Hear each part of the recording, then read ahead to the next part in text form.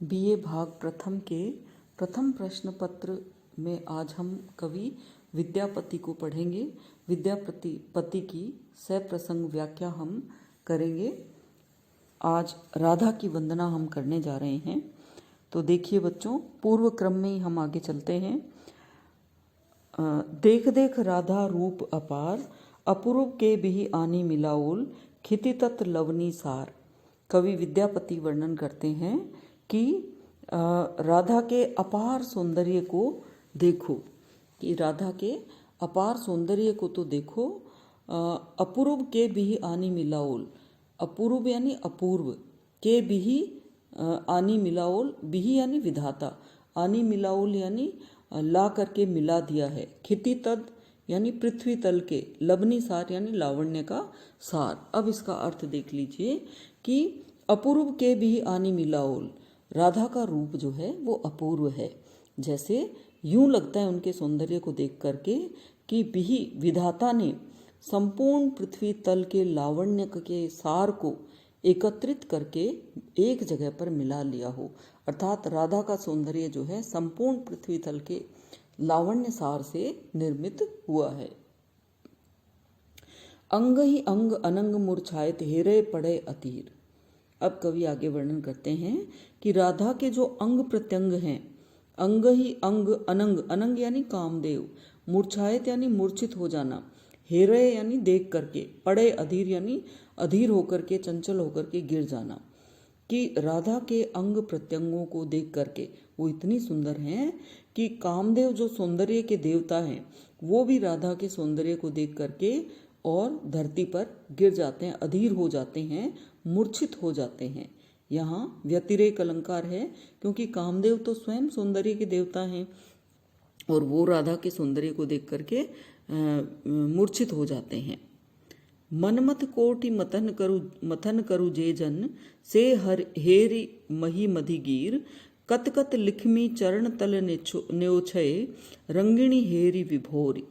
कवि विद्यापति वर्णन करते हैं, मनमथ यानी कामदेव, कोटि यानी करोड़ों, मथन यानी मान मर्दन कर देना, नष्ट कर देना, जे जन करोड़ों कामदेवों को नष्ट कर देने वाले, हरि श्री कृष्ण, मही मधिगीर धरती के मध्य गिर जाते हैं, मही यानी धरती।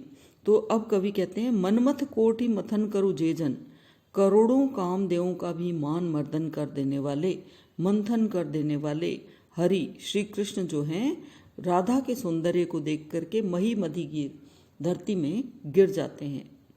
कत कत लिखमी चरण तल न्योछय, कितनी कितनी लक्ष्मियां चरण कमलों पर, न्योछय यानी न्योछावर जाती हैं। रंगिणी हेर विभोर, विभोर यानी अनुरक्त। इस राधा रंगिणी को देख करके, सौंदर्य से परिपूर्ण राधा को देख करके कितनी ही लक्ष्मियां जो है वो उन पर, उनके चरण कमलों पर न्योछावर होती हैं। करु अभिलाख मनहि पद पंकज, अहो निसिकोर अघोर। कवि कहते हैं कि मैं ऐसी अभिलाषा करता हूँ, आशा करता हूँ, मनहि पद पंकज मानो राधा के चरण कमलों को, करु अभिलाष मनहि पद पंकज, अहो निसी कोर अगोर। कि राधा के चरण कमलों को रात दिन संभाल करके अपने गोद में या हृदय में रखें, ऐसी कामना जो है कितनी ही लक्ष्मियां करती हैं और कितने ही कवि और उनके भक्त जो हैं ऐसी कामना करते हैं। तो यहाँ पर उत्प्रेक्षा अलंकार, मनहि में उत्प्रेक्षा अलंकार, पद पंकज में रूपक अलंकार, अनुप्रास अलंकार, और इस प्रकार राधा के सौंदर्य का कवि ने यहाँ वर्णन किया है। अतिशयोक्ति भी यहाँ दिखाई देता है। अगला देखिए, आजु पेखल नंद किशोर, केली बिलास सबों अवतेजल, अरु अहनिसी रहत विभोर। अहनिसी रहत विभोर, जब घर धरि चकित बिलो की विपिन तट, पलट आओली मुख मोरी। यहाँ कवि वर्णन करते हैं कृष्ण का विरह। कृष्ण की दूती जो है राधा को कृष्ण विरह की बात बताने के लिए आती है और कहती है कि तुम्हारे विरह में कृष्ण किस प्रकार से अधीर हो गए हैं। आजू पेखल नंद किशोर, पेखल यानी देखा, दिखाई दिए। आज राधा को कृष्ण की दूती कहती है, सेविका कहती है कि राधा के विरह में आज कृष्ण को देखा। नंद किशोर, नंद जी के पुत्र कृष्ण को आज राधा के विरह में दुखी देखा। केली विलास सबौ अब तेजल अहनिसी रहत विभोर। केली विलास यानी भोग विलास कि एक वो दूती जो है कृष्ण की, वो कहती है राधा से, कृष्ण ने जो ऐश आराम है या जो भी भोग विलास है, सबो अब तेजल, तेजल यानी त्याग दिए हैं, क्रीड़ा विलास को छोड़ दिया है। अहनिसी रहत विभोर, विभोर यानी व्याकुल, अहनिसी रात दिन जो है वो दिन और रात जो है व्याकुल रहते हैं, सारा क्रीड़ा विलास छोड़ दिया है। जब धरी चकित बिलो की विपिन तट पलट औली मुख मोर। और वो क्यों है, कब से दुखी हैं? जब धरी, जब से तुम चकित विलो की, आश्चर्यचकित होकर के या चकित नेत्रों से, विपिन तट पलट आओली मुख मोरी, जंगल की ओर, जंगल की तरफ मुंह मोड़कर चली आई थी। यानी कृष्ण जो है जंगल में खड़े थे और जब राधा जो है उनको एक नज़र देखती है, चकित विलो की, चकित होकर के देखती है और विपिन तट पलटी, जंगल की तरफ पलट गई, औली मुख मोड़ करके चली गई। तब से कृष्ण जो है वो बहुत ही विरह में व्याप्त हैं, दुखी हैं। तब धरी मदन मोहन तरु कानन लोटे धैर्य छोरी।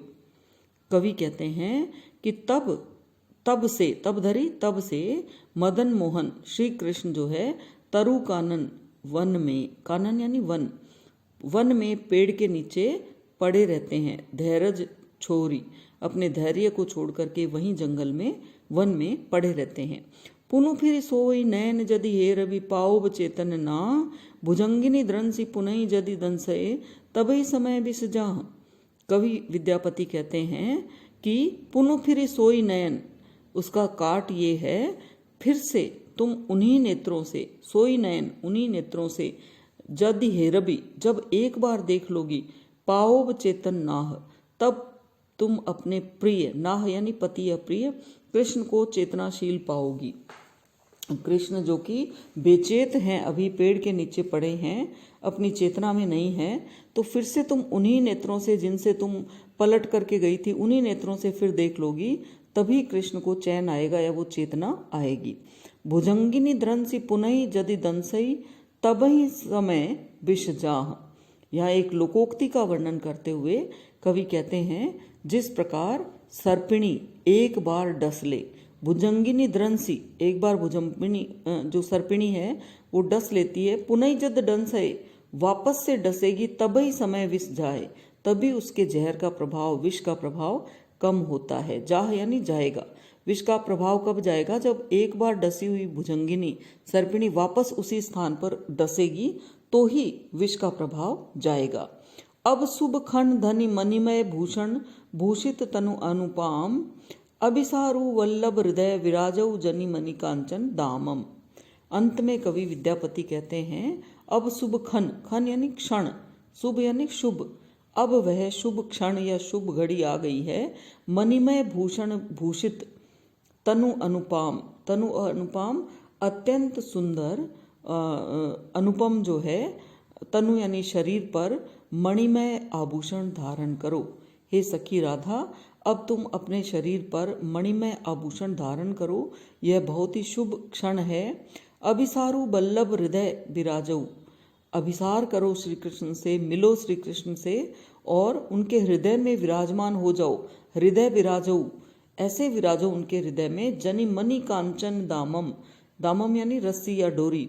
जिस प्रकार रत्न, मणि यानी रत्न और कांचन यानी सोना, सोने और सोना जो है, रत्न जो है वो सोने की डोरी में जिस प्रकार विराजमान होते हैं, या सोने की डोरी में जिस प्रकार पिरोए जाते हैं रत्नों को, उस प्रकार, और वो हृदय पर विराजती है, उसी प्रकार तुम श्री कृष्ण से एकाकार हो जाओ, उनसे मिलन करो।